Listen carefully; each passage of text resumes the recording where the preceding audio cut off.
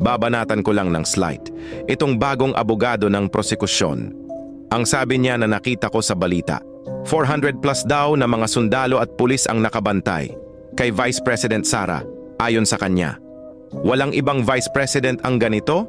Una, ang Armed Forces of the Philippines ang nagdedesisyon dyan kung ilang personnel ang ilalagay nila sa bawat mataas na opisyal ng gobyerno, lalo na kung presidente at vice-presidente. Pangalawa, nasa konstitusyon po yan. Hindi lang yan desisyon ng kung sino-sino lang. Nasa batas yan. Ako nga hindi abogado, alam ko yan. Kayo pa na abogado hindi? Alam kong magagaling ang abogado ng prosekusyon. Kasi hindi naman sila papasa sa bar exam. Kung walang laman ang ulo ng mga yan, nagkakaproblema lang talaga kung ang kasong tinatanggap ay walang bigat.